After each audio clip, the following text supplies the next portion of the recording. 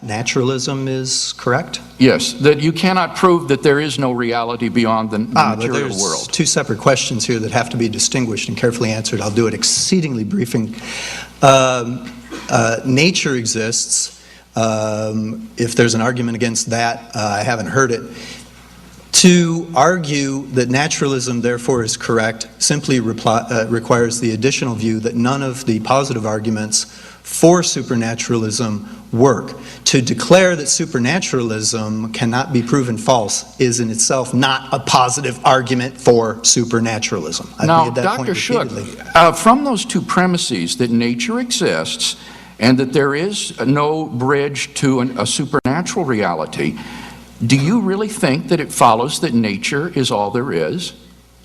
That is the most reasonable conclusion remaining so far. By what logical rule of inference does that follow? It seems to me that from those two premises, all that follows is we don't know if there is something beyond nature.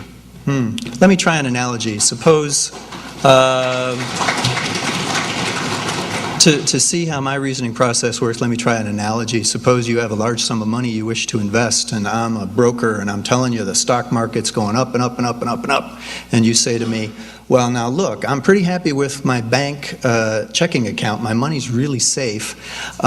Give me several positive good reasons for investing it in the stock market. And I proceed to give you one after another really weak, in your judgment, argument.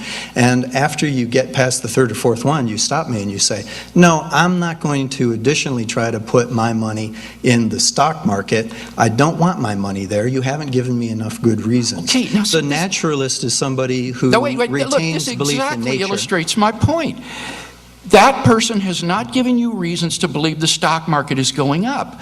But that doesn't allow you anyway logically to conclude that therefore the stock market isn't going to go up or that it's going to go down. You simply have to withhold judgment.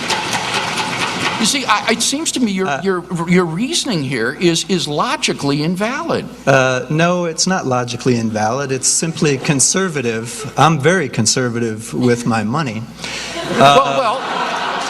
Let's talk. Let me again try to explain very briefly without taking up your valuable time. Look, suppose your stockbroker said, well, why are you so hesitant to invest money in the stock market? After all, you can't prove that the stock market won't go up. Should you say, well, come a day, I'm getting rich. I can't prove the stock market isn't going up. I'm going to get rich. Come on, now, look, Dr. Shook. That's unwise Dr. Shook, please, let's be serious. The point is,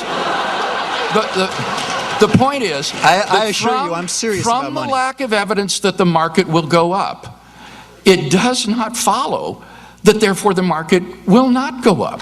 I just but it agreed to doesn't that, follow yes. that it's going to go down. I agree with that And point yet entirely. naturalism is the view that there is nothing beyond the physical world on your definition, and you admit you cannot prove that by reason, science, and experience. You're manipulating words. A naturalist is convinced that nature exists. Okay? So am I. You're asking the naturalist to additionally believe in the existence of the supernatural, and the naturalist is simply saying, give me some good enough positive arguments. That's not now, the definition of naturalism you give. Your definition of naturalism is that there's nothing beyond the physical world, that there's nothing in addition to matter and energy. There are no supernatural realities. And the absence of evidence for those leaves you at best with agnosticism, not with naturalism. Naturalism cannot establish its own worldview. Quite right. It's unfortunate that we're back to debating terminology instead of reality. Look, this business of agnosticism is a bit odd. Suppose I were to say the reason why I don't believe in the supernatural is because, I have not enough good reasons to believe in it. Now, does this make me an agnostic or an atheist? In a weird sort of way, I'm both. They're not necessarily mutually exclusive terms.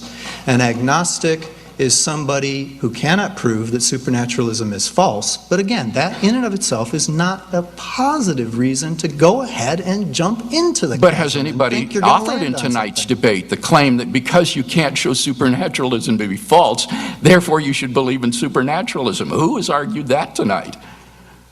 Well, Nobody.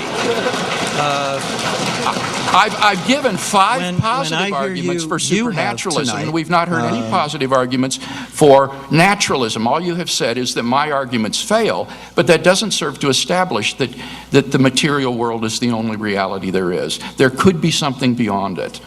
There could be something beyond it, and I've already All told right. you it might be more nature. For all you know or Then anybody that's knows, self-contradictory. I don't need the If it's supernatural. more nature, it's not beyond it, right?